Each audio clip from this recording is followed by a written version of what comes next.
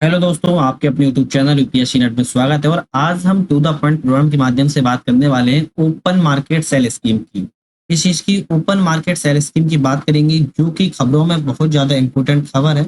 और इससे मुख्य तौर पर कम से कम 3 से 4 क्वेश्चन पूछे ही जाते हैं ओपन मार्केट सेल स्कीम से। ठीक है, तो इसके हम संदर्भ की बात करेंगे कि इसका संदर्भ क्या है। फिर बात करेंगे कि ओपन मार्केट सेल स्कीम क्या है। फिर बात करेंगे भारतीय खाद्य निगम जो कार्य करता है वो कैसे कार्य करता है। लास्ट में बात करेंगे कि एफसीआई के फूड कॉर्पोरेशन ऑफ इंडिया के उद्देश्य क्या है। ये सारी बातें हम पीटी प्लस मेंस के माध्यम से दोनों बातें करेंगे, जिससे कि आपके एग्जाम में हेल्पफुल हो सके। तो इसीलिए चैनल पे अगर आप लोग नए हैं, चैनल को सब्सक्राइब कीजिए, वीडियो पसंद आए लाइक कीजिए, बेल आइकन पे बटन दबा लीजिए, आने वाले वीडियोस का आपको नोटिफिकेशन भी मिलता रहे। सर्वप्रथम हम संदर्भ की बात करते हैं कि संदर्भ क्या है इस चीज का। संदर्भ की बात करें तो केंद्र सरकार ने राज्य सरकारों को, किसने बोला है, केंद्र सरकार ने राज्य सरकारों को ओपन मार्केट सेल स्कीम ओएमएसएस के तहत केंद्रीय पूल से, कौन सा, केंद्रीय पूल से चावल और गेहूं की बिक्री बंद कर दी। याद रखिएगा, ये सारी बातें हो रही हैं मंडी के तौर पर। मंडी से, कहां पे, मंडी से। जो आप लोग एमएसपी समझते होंगे, इस नाम से आप लोग परिचित हो गए एमएसपी के नाम से। तो उसी तौर पर ये जो सरकार खरीद करती है चावल और गेहूं की और बिक्री करती है चावल और गेहूं की, केंद्र सरकार ने राज्य सरकारों को आदेश दिया है कि ओपन मार्केट सेल स्कीम के तहत वो चावल और गेहूं की बिक्री बंद कर दी है। ओएमएसएस के तहत चावल की बिक्री पूर्वोत्तर के साथ साथ पहाड़ी राज्यों, कानून व्यवस्था की प्रतिकूल स्थितियों वाले राज्यों और प्राकृतिक आपदाओं का सामना करने वाले राज्यों के लिए जारी रहेगी। अब देखिए, बात कहाँ की जा रही है, सबके लिए बंद नहीं हुई है, लेकिन कुछ राज्यों के लिए बंद हो चुकी है, कुछ राज्यों के लिए चालू है। चालू किसके लिए, जो नॉर्थ ईस्ट के राज्य, कहाँ के, जो नॉर्थ ईस्ट के राज्य हैं उनके लिए चालू रहेगी। पहाड़ी राज्यों के लिए जो राज्य चालू रहेगी। कानून व्यवस्था की जहां प्रतिकूल स्थितियां हैं, वहां अनुकूल नहीं है, वहां के लिए चालू रहेंगी। जो प्राकृतिक आपदाओं का सामना कर रहे हैं वहां के लिए ओपन मार्केट सेल स्कीम चालू रहेगी।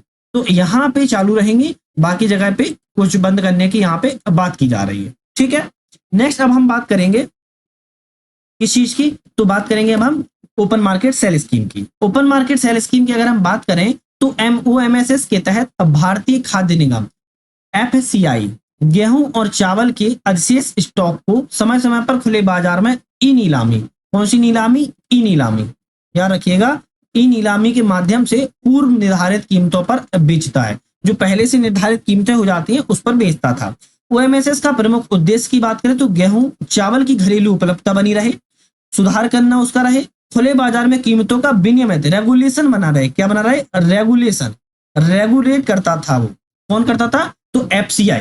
एफसीआई ये सारे काम करता था जिससे कि लोगों को, आम जनता को, नागरिक को यहाँ पे परेशानी ना हो। ओपन मार्केट सेल स्कीम के तहत थोड़ी सी और बात करती है तो भारतीय खाद्य निगम जो कि एफसीआई है, NCDEX national commodity and derivatives exchange limited, क्या है, एनसीडीईएक्स, इसको बोलते हैं national commodity and derivative exchange limited, platform का उपयोग करके इस योजना को खुले बाजार में संचालित करने के लिए एक साप्ताहिक नीलामी की जाती थी। कैसे की जाती थी, वीकली नीलामी यहाँ पे की जाती थी। किसके तहत की जाती थी, national commodity and derivative exchange limited के प्लेटफॉर्म का उपयोग करके, आप देख सकते हैं ओपन मार्केट सेल स्कीम के तहत।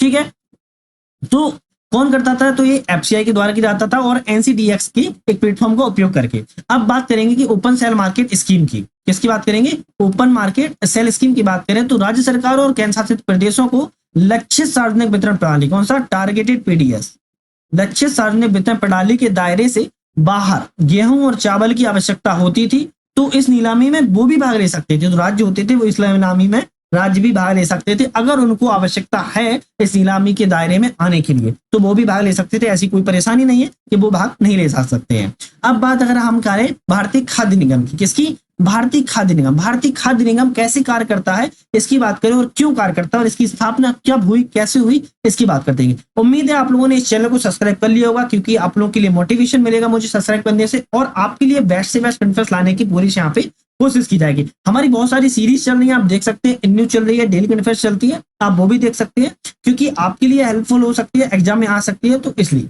भारतीय खाद्य निगम एफसीआई उपभोक्ता मामले और खाद्य और सार्वजनिक वितरण मंत्रालय के तहत सार्वजनिक क्षेत्र का, कैसा, पब्लिक सेक्टर, पब्लिक सेक्टर एक उपक्रम था। एक उपक्रम मतलब है कि एक संस्था है। कौन है? भारतीय खाद्य निगम उपभोक्ता मामले, खाद्य और सार्वजनिक वितरण मंत्रालय के तहत एक सार्वजनिक क्षेत्र का उपक्रम है। एफसीआई की स्थापना की बात करें तो खाद्य निगम अधिनियम 1964 1964 के तहत वर्ष 1965 में की गई है। कब की गई है? 1965 में इसकी स्थापना की गई। इंपोर्टेंट है, एग्जाम में कभी भी आए आप बता सकते हैं कि एफसीआई की स्थापना अगर अधिनियम पूछा जाए तो 1964 और वर्ष पूछा जाए तो 1965 में की गई है। यह भारत पे खाद्य सुरक्षा को सुनिश्चित करने के लिए, यह खाद्यान्नों को क्रय करने के लिए गोदामों में भंडारित करता है। किस चीज के लिए? जो खाद्य होती है उसको सुरक्षा, सिक्योरिटी प्रदान करने के लिए, साथ ही जो खाद्यान्नों को क्रय करके गोदामों में भंडारित करने के, जिससे कभी भी आपदा की स्थिति में, कभी भी कोई साल में कोई आपदा आती है, कभी भी कोई दिक्कत होती है तो उस चीज के लिए वो पहले से आगाह बना रहे। एफसीआई के अगर यहाँ पे उद्देश्यों की बात करें कि इसके उद्देश्य क्या है, इंपोर्टेंट हो जाता है कि भारतीय खाद्य निगम के उद्देश्य क्या है, ये बहुत ज्यादा इंपोर्टेंट है। तो किसानों के हितों को सुरक्षित रखने के लिए प्रभावी मूल्य का समर्थन करना इसका प्रमुख उद्देश्य है। दूसरी बात किया है सार्वजनिक वितरण प्रणाली मतलब कि पीडीएस के माध्यम से देश भर में खाद्यान्नों का वितरण करना इसका प्रमुख उद्देश्य है। तीसरी बात की जाए तो उचित मूल्यों पर खाद्यान्नों को उपलब्ध कराना, विशेष रूप से कमजोर वर्गों के लिए, क्योंकि अगर उचित मूल्य नहीं रहेगा तो जो समाज के कमजोर वर्ग है उसको खाने पीने में बहुत ज्यादा दिक्कत होगी। इसलिए उस चीज को ध्यान में रखते हुए खाद्यान्न उपलब्ध कराने के लिए एक उचित मूल्य का निर्धारण करना भी इसका उद्देश्य रखा गया है। वितरण सबके लिए हो सके इस चीज का भी रखा गया है कि तभी इसके लिए पीडीएस माध्यम चुना गया है। किसानों के हितों को भी ऐसा नहीं हो किसानों के हितों को छोड़ दिया जाए, किसानों के हितों की सुरक्षा हो, इसके लिए प्रभावी मूल्य का समर्थन भी यहाँ पे रखा गया है। ठीक है, नेक्स्ट और बात करते हैं कि इसके उद्देश्य और क्या की जा सकते हैं। तो इसके और उद्देश्य की बात करें यहाँ पे तो यहाँ पे और उद्देश्य की बात करें तो खाद्य सुरक्षा के उपाय के तौर पर बफर स्टॉक बनाए रखना। किस चीज के लिए? खाद्य सुरक्षा के लिए बफर स्टॉक। बफर स्टॉक बहुत ज्यादा इंपॉर्टेंट है, एग्जाम में पूछे आ सकते हैं। 3 से 4 क्वेश्चन ऐसे हैं जो एग्जाम में आते ही हैं और आपके लिए इंपॉर्टेंट भी हो सकते हैं।